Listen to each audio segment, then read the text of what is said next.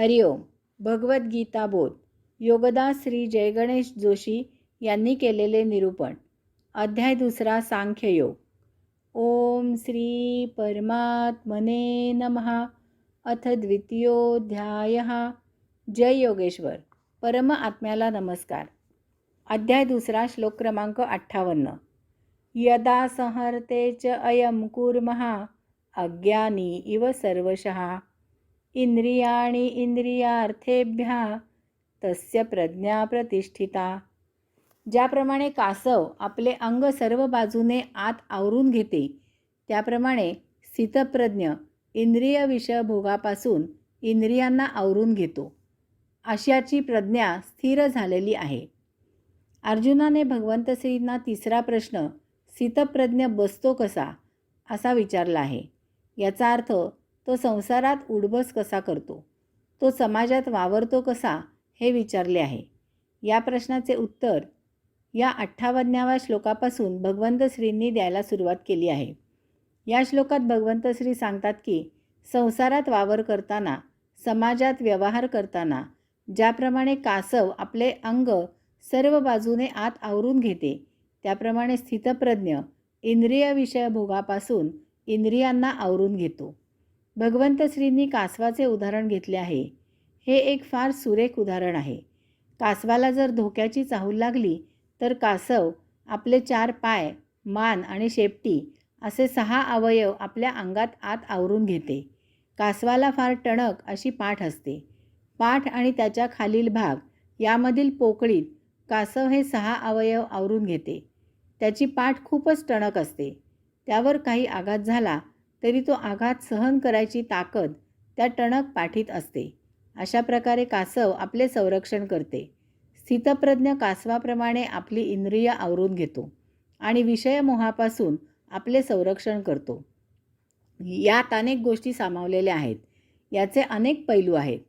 कासव आपली 6 इंद्रिय आवरून घेतो. त्याचबरोबर हेही महत्त्वाचे आहे की ज्यावेळी त्याला पाहिजे तेव्हा, जेव्हा धोका नष्ट होतो तेव्हा तो हे 6 अवयव बाहेर काढतो. हे फार महत्त्वाचे आहे. आपल्या घराला द्वार असते. त्या दाराने आपण जसे घराबाहेर जातो तसेच आपण त्याच द्वाराने घरातही येतो. ज्या द्वाराने ये जा करता येते तेच द्वार योग्य असते. नाहीतर संसारापासून पळून जाऊन संन्यासी होणे हा पळपुटेपणा आहे. ते आत्मब्रह्माच्या विरुद्ध आचरण आहे. संसारात राहून समाजात वावर करून संन्यासी होणे, संन्यस्त राहणे हेच आत्मब्रह्माला अपेक्षित आहे. एरवी सृष्टी नियमन चालू राहणार नाही. कासवापासून ते आपल्याला शिकायचे आहे. योग्य वेळी आत्मब्रह्माला अपेक्षित असा इंद्रियांचा वापर करायचा आहे आणि धोक्याच्या वेळी त्याच अवयवांचा संरक्षण म्हणून वापर करायचा आहे. घराच्या द्वाराचा उपयोग घरात ये जा करायला करायचा आणि तेच द्वार बंद करून घराचे संरक्षणही करायचे. स्थितप्रज्ञ संसारात असा राहतो, असा उडबस करतो. तो समाजापासून पळून जात नाही. तो संसार करतो, परंतु विषय वासना उफाळून येऊ लागल्या, अयोगिक अयोग्य कृती होण्याचा धोका उत्पन्न झाला की त्यापासून आपली इंद्रिय आवरून घेतो. कासव 6 इंद्रिय आवरून घेते. स्थितप्रज्ञ 6 रिपू आवरून घेतो. रिपू महाबलाढ्य असतात. ते माणसाला विषयमोहात वश करून घेतात. माणूस त्यांच्या मोहजालात अडकतो आणि भोगापवर्गतेत रुतून बसतो. भोग आणि त्यांचे उपभोग हे एक दुष्ट चक्र आहे. यात एकदा अडकलेला माणूस पुन्हा पुन्हा तेच करतो आणि संचित भोगांचा ढीग वाढवत नेतो. कायमकरिता जन्ममरणाच्या फेऱ्यात अडकतो.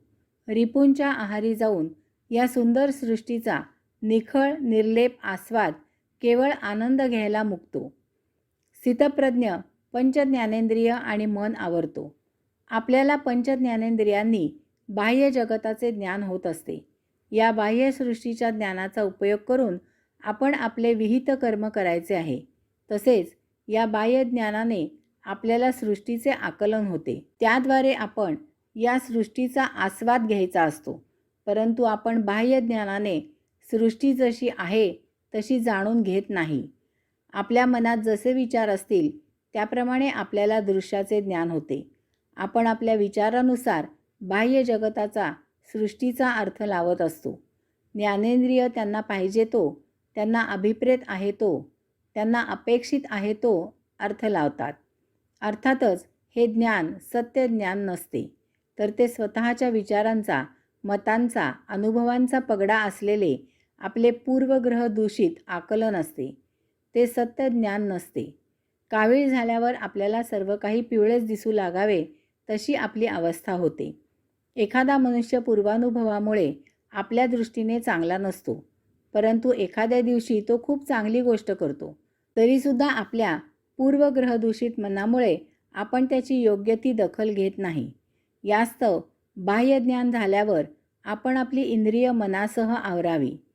मागे काय घडले आहे त्याचा स्मृतीकडून अनुभव लक्षात घ्यावा, परंतु याचबरोबर त्या त्या क्षणाचे वेळी जी परिस्थिती आहे त्याचा इंद्रिय आणि मन आवरून परखडपणे विचार करावा, तरच आपल्याला सत्य परिस्थितीचे ज्ञान होईल. ते ज्ञान मिथ्या नसेल. वासनामय मनाला प्रत्येक स्त्री ही कामदेवता वाटते. चोराने एखादी वस्तू पाहिली की ती वस्तू चोरी करायच्या लायकीची आहे की नाही एवढाच विचार त्याच्या मनात येतो. मन झोपेतही स्वस्थ बसत नाही. खादाड माणसाला रात्री स्वप्नातही लाडू श्रीखंड दिसत असते. अभ्यास न करणाऱ्या विद्यार्थ्याला सतत नापास झाल्याची स्वप्न पडत असतात. बाळकोबा आणि सौ बाळकोबा यांचा संसार मोठ्या आनंदात चालला होता. सौ बाळकोबा बाळकोबांपेक्षा केवळ 12 इंचाने कमी उंच होत्या. त्यांना जरा जाड प्रकृतीची देणगी होती. दात ओठांची मर्यादा न पाळणारे होते. रंगाने त्या अमावास्येशी नाते जोडून होत्या. बाळकोबा 60 वर्षांचे झाले. त्यानिमित्त त्यांचा 60 सोहळा साजरा होत होता. त्यांचा एक खट्याळ नातू त्यांची मुलाखत घेत होता. बाळकोबांना सिनेमा पाहण्याचा शौक होता. त्याला अनुसरून बाळकोबांना त्यांच्या नातवाने प्रश्न विचारला. आपल्या दृष्टीने सर्वात सुंदर, रूपवती अशी आपली आवडती नायिका कोणती? क्षणाचाही विचार न करता बाळकोबा उत्तरले, तुझी आजी सौ बाळकोबा. कासव जसे इंद्रिय आवरून घेते त्याप्रमाणे मन आणि इंद्रिय आवरून घ्यावी, तरच बाह्यसृष्टीचे सत्य ज्ञान होईल. सृष्टी जशी आहे तशीच ती आकलन होईल. इंद्रिय नष्ट करून किंवा त्यांचे हाल करून ती आवरता येत नाहीत. वासना आत मनात उत्पन्न होत असते. त्याचा दृश्य अशा बाह्य इंद्रियांशी काडी मात्रही संबंध नसतो. तसे असते तर आपल्याला माता पिता, बहीण पत्नी, मुलगा मुलगी इत्यादी फरक करता आला नसता. हा फरक आपण करतो कारण इंद्रिय आतून व्यस्थापित होत असतात. आपला हात जेव्हा जमिनीला स्पर्श करतो तेव्हा तो जमिनीचा स्पर्श कोणाला मातृभूमीची आठवण करून देतो, कोणाला तेथील कस तपासावासा असे वाटते, कोणाला तेथील चिखल दिसतो, कोणाला ती काळी आई वाटते. जमीन तीच असते, परंतु त्यामागील भाव महत्त्वाचा असतो. तो भाव त्या अंतस्थ आत्मतत्वात विलीन झाला की अंतस्थ भावना आत्मप्रेरणेने उत्सर्जित होतात. बाह्यसृष्टी जशी आहे तशी आकलन होऊ लागते. यास्तव आपली बाह्य इंद्रिय अंतःप्रवाहित करावीत. पंचकर्मेंद्रिय आत्मसेवेकडे वळवावीत. त्यायोगे आत्मज्ञान झाले की बाह्य इंद्रिय म्हणजे बाह्यसृष्टी पाहण्याचे एक साधन होतील. हरिओम.